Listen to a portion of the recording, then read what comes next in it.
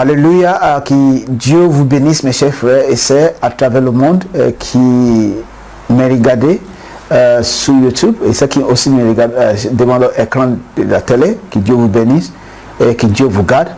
Et si vous êtes là et vous n'avez pas encore abonné à cette chaîne, s'il vous plaît, n'oubliez pas de cliquer sur le mot abonner et comme cela, s'il y a d'autres programmes qui viennent, vous pouvez aussi s'en profiter. Parce que c'est comme ça là, quand vous vous abonnez, c'est nous encourager et nous donner aussi la force pour continuer à vous donner des messages qui vont vous aider et qui vont vous inspirer. N'oubliez pas que cette chaîne est faite pour l'anglophone et les francophones. Ça veut dire que si vous vous abonnez et que vous voyez des programmes et des projets qui nous avons sortis de cette chaîne, de cette studio, des messages en anglais, il ne faut pas se désabonner. Parce qu'il y a d'autres programmes qui vont venir en anglais et qui vont aussi venir en français. Chaque fois qu'il y a un programme en anglais, on essaie de faire toute notre possibilité de les mettre en français. Que Dieu vous bénisse et que Dieu vous garde. Vous êtes libre de partager mes vidéos sur votre réseaux sociaux, mes vidéos sur Facebook, aussi sur WhatsApp, comme ça, les autres aussi seront bénis. Que Dieu vous garde et que Dieu vous bénisse. Aujourd'hui, nous allons directement au rêve et les différentes traditions. N'oubliez pas que nous avons plusieurs livres que nous avons écrits et nous espérons que tous ceux qui sont intéressés à avoir notre livre, soit les livres sur le rêve et les traditions, soit les livres sur les maris et femmes de nuit, soit des livres sur comment récupérer votre gloire perdue, les livres sur comment trouver les maris et femmes dans la volonté de Dieu. Tous ces livres ont été écrits et vous pouvez les voir en bas de cette vidéo si vous regardez sur YouTube. Et si vous regardez à travers de votre télé à la maison, pourquoi pas, il y a une adresse qui on va essayer de mettre sous l'écran, comme ça vous pouvez nous contacter. Comme ça, pour vous envoyer votre copie, que Dieu vous bénisse et que Dieu vous garde. Mes frères et sœurs, à travers le monde, que Dieu vous bénisse. Parce que d'abord, avant de parler des rêves que nous avons aujourd'hui, j'aimerais vous faire comprendre une chose, pourquoi Dieu révélait, Dieu parlait à travers des rêves. Parce que beaucoup de gens pensent que Dieu ne parle pas à travers des rêves. Mais je veux vous assurer que Dieu parle à travers des rêves. Dieu a parlé avec beaucoup de serviteurs de Dieu, beaucoup de prophètes dans le Bible à travers des rêves. Vous savez qu'il y a beaucoup de... La plupart du temps, parfois, les hommes sont tellement occupés qu'ils n'ont même pas beaucoup de temps de lire leur Bible, de prier, de pouvoir passer le temps avec Dieu à cause de ces soucis de ce monde.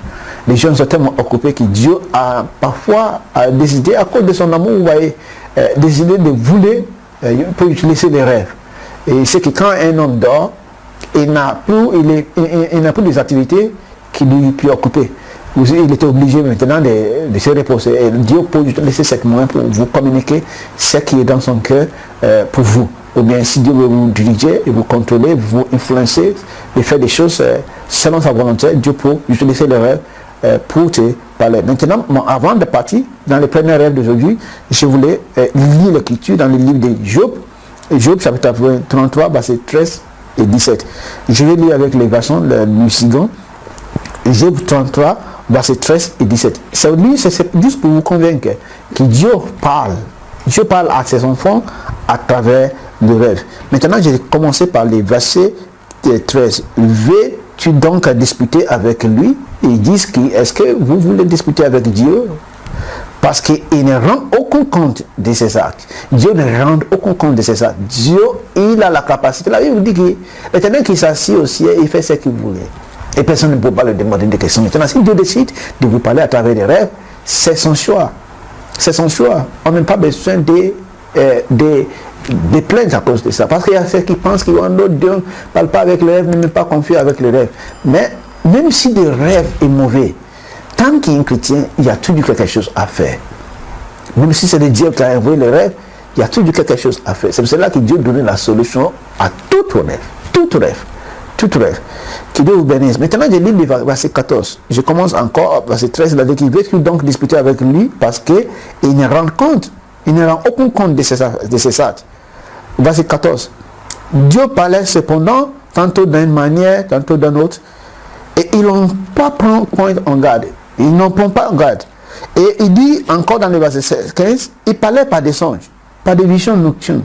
quand les hommes sont livrés à un profond sommeil, quand ils ont endormi sous leur couche, et Dieu disait que Dieu parle à travers des rêves.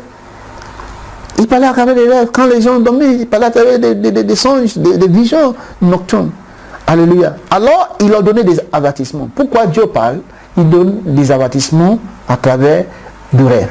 Il donne des avertissements à travers des rêves. Et il les met le sort à sa instruction. Alléluia. Afin de détourner. Alléluia. Afin de détourner l'homme du mal. Pourquoi Dieu donne des rêves? Pourquoi Dieu donne des songes? Pour vous détourner du mal. Parce que parfois, vous vous demandez de faire un échantillon des enquêtes. Tu demandais aux gens aujourd'hui, est-ce que vous avez lu la Bible?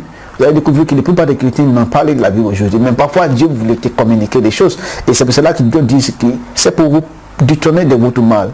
Que Dieu peut apparaître dans votre rêve. Et pour vous donner les rêves, pour vous communiquer des choses. Et maintenant, pour détourner l'homme du mal et de les préserver de l'orgueilleuse. Dieu pourra vous donner des rêves pour te préserver du mal et pour vous détourner du mal et aussi pour vous préserver de l'orgueilleuse. Je dis toujours aux gens qui, quand nous parlons de l'orgueilleuse, ce n'est pas seulement quand on lève notre main, on s'est monté on sait tous.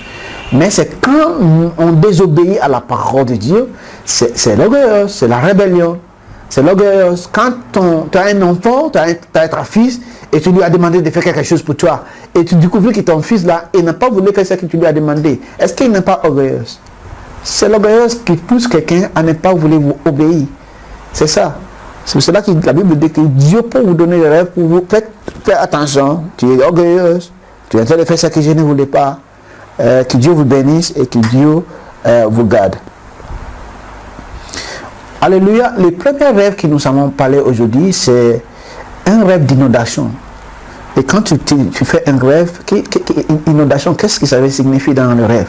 Quand tu vois un rêve et tu vois quelque chose d'inondation, ou bien rêve d'inondation ou rêve de grandes inondations qui balayent tout ce qui tout sous sa partie.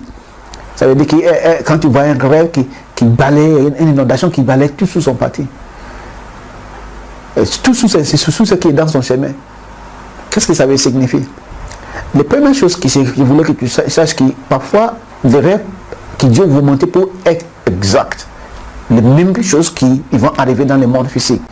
Par exemple, Dieu peut te montrer un rêve pour vous dire que voilà, il y aura une inondation dans telle ville. Et le lendemain ou bien un mois après, il y aura une inondation et qui balaye tout sous son chemin.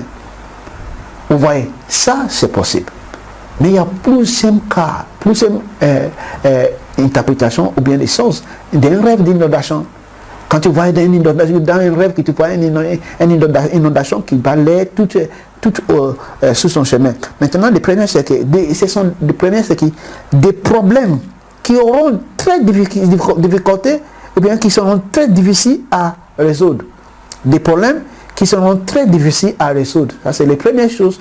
Les deuxièmes interprétations de l'inondation. Les premières indications que ça peut être l'inondation.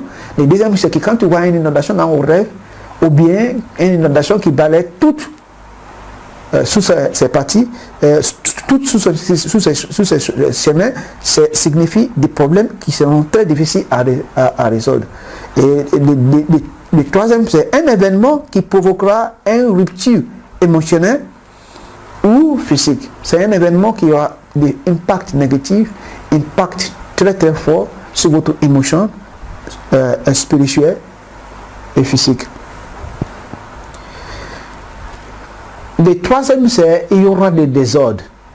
Soit peut-être dans votre entreprise. Si tu es un chef de l'entreprise et tu as fait un rêve qu'il y avait une inondation qui balaye tout, et puis même toi aussi, tu essaies de chercher un secours. Tu essaies de chercher là où tu peux te réfugier. Pendant cette inondation, dans votre rêve, ça signifie qu'il y aura des troubles. Il y aura des troubles. Soit dans votre entreprise, si vous êtes un pasteur, soit dans votre église. Si vous êtes un père de famille, soit dans votre famille. Il y aura des désordres. Il y aura des désordres qui vont se manifester dans votre vie. Que Dieu vous garde, que Dieu vous bénisse. Je répète encore, les rêves d'inondation, c'est ou bien un rêve d'une grande inondation qui balaye tout sous sa partie, ou bien tout sous son chemin. C'est des problèmes qui seront très difficiles à résoudre, les événements qui provoqueront une rupture émotionnelle et physique, et aussi des désordres. C'est en marche. Il y aura bientôt un désordre qui sera manifesté dans votre vie, soit dans votre entreprise, soit dans votre mariage, soit dans votre famille, et vous devez prier pour annuler cela. Vous devez prier pour annuler cela.